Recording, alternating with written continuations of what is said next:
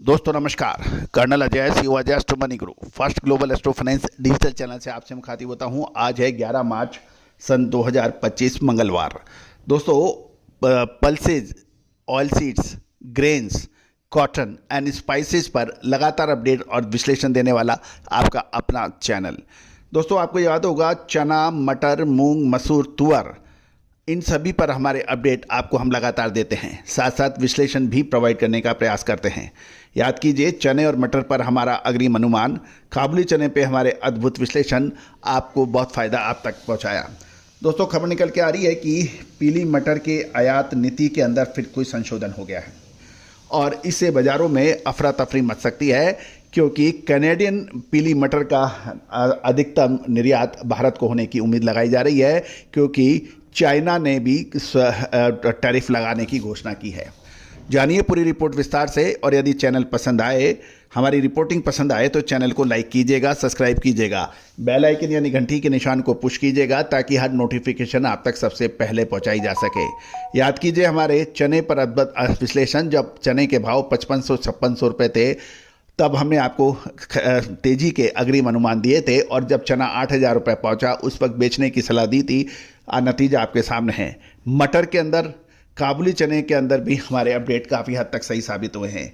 दोस्तों कहा जाता है कि खाद्य कमोडिटी यानी एग्रो कमोडिटीज़ का व्यापार कभी कम नहीं हो सकता, ये हमेशा बढ़ेगा, क्योंकि पॉपुलेशन लगातार बढ़ रही है, डिमांड लगातार बढ़ेगी और बढ़ती रहेगी, इसमें कोई रुकावट हो नहीं सकती, और राष्ट्रीय व अंतर्राष्ट्रीय स्तर का ये व्यापार है। लेकिन फिर भी एग्रो कमोडिटीज़ के मंडी के व्यापारी, ब्रोकर्स, एजेंट, एक्सपोर्टर्स या फिर इंपोर्टर्स सेटिस्फाइड क्यों नहीं हैं? कभी आपने सोचा?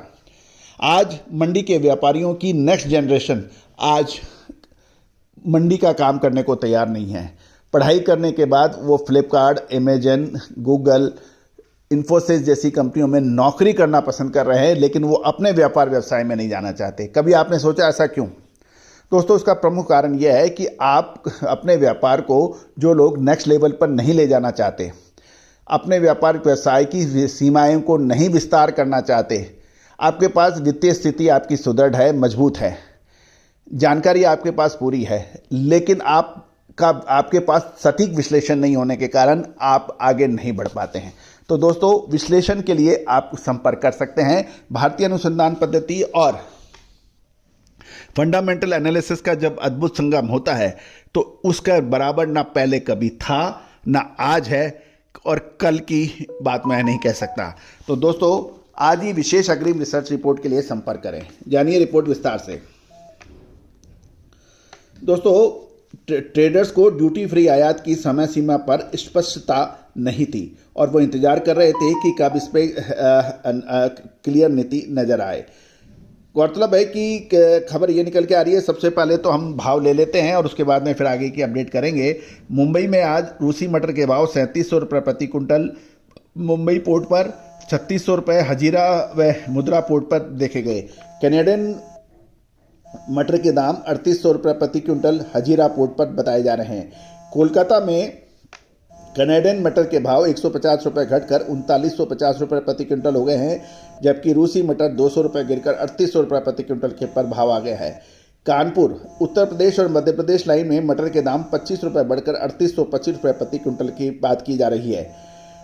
मंडी व्यापार में देखें तो महोबा में सफ़ेद मटर 200 रुपये गिरकर 3000 से 3500 रुपये प्रति क्विंटल, हरा मटर 1000 रुपये की भारी गिरावट के साथ 5000 से 7500 रुपये प्रति क्विंटल क्वालिटी अनुसार। कुल आवक 39.1% बढ़ गई है, जिससे सफ़ेद मटर की आवक 79.5% बढ़कर 700 टन और हरे मटर की आवक 22.3% बढ़कर 1150 टन हो गई है। डायरेक्टर जनरल फॉरेन ट्रेड ने ड्यूटी फ्री आयात की समय सीमा बढ़ा दी है। ये एक सूचना बाजार बंद होने के बाद डीजीएफटी विदेश व्यापार महानिदेशालय ने ड्यूटी फ्री पीली मटर के आयात की समय सीमा बढ़ाने की अधिसूचना की है। संशोधित नीति यानी अमेंडेड नीति के तहत 31 मई सन 2025 तक बिल ऑफ लैंडिंग, जिसे बीएल कहते हैं, सभी कंसाइनमेंट को बिना न्यूनतम आयात मूल्य एमआईपी जिसे कहते हैं मिनिमम इंपोर्ट प्राइस, शर्त या पोर्ट प्रतिबंध के आयात करने की अनुमति दी गई है। यानी 31 मई सन 2025 तक ड्यूटी फ्री पीली मटर का आयात करने की अनुमति प्रदान की गई है। इस फैसले से घरेलू बाजार में सप्लाई बढ़ने की संभावनाओं से कीमतों में दबाव बन सकता है। दोस्तों, इससे पहले खबर ये आई थी कि कुछ कि पीली मटर को आगे इंपोर्ट, ड्यूटी फ्री इंपोर्ट के ऊपर नहीं करने की बात की जा रही थी। खासकर GOM यानी ग्रुप ऑफ मिनिस्टर्स के ऊपर भी बात थी। उसके अलावा फिर DGFT ने एक इंपोर्ट ड्यूटी को अनाउंस भी किया था, लेकिन उसके बाद ये संशोधित नीति आ गई है। दोस्तों, इससे कनाडियन सप्लाई से बाजार पर दबाव बढ़ सकता है। AAFC कनाडा के अनुसार साल 2024-25 अगस्त से जुलाई सीजन में कनाडा का कुल सूखी मटर का निर्यात 24 लाख टन का अनुमान लगाया जा रहा है, जिसमें 80 से 85% पीली मटर होती है। जनवरी 2025 तक 16 लाख टन का निर्यात हो चुका है, जिसमें अभी 8 लाख टन का निर्यात किया जाना बाकी है। यानी 24 में से 16 लाख टन का तो हो चुका है और 8 लाख टन अभी और आएगी। क्लोजिंग स्टॉक 3.25 लाख टन का एस्टिमेटेड है, जिसमें कुल निर्यात योग्य अधिशेष 11.25 लाख टन हो जाता है।